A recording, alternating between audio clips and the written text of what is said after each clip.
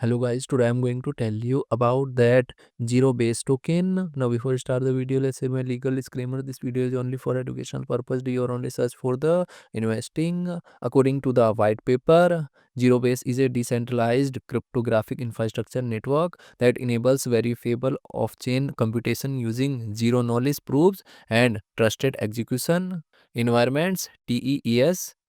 It powers products like ZK staking, ZK login, and proof yield, bridging institutional DeFi, user privacy, and real world asset strategies. Zero Base delivers programmable compliance, aligns staking, and transparent cryptographic assurance without exposing sensitive data. Zero Base is a decentralized cryptographic network combining zero knowledge proofs and trusted execution environments to enable verifiable privacy preserving computation for institutional and retail use cases. Zero Base token total supplies 1 billion and circulating supplies around 220 million ZBT token. ZBT token is listed on Binance, Bybit, KuCoin, and other exchanges.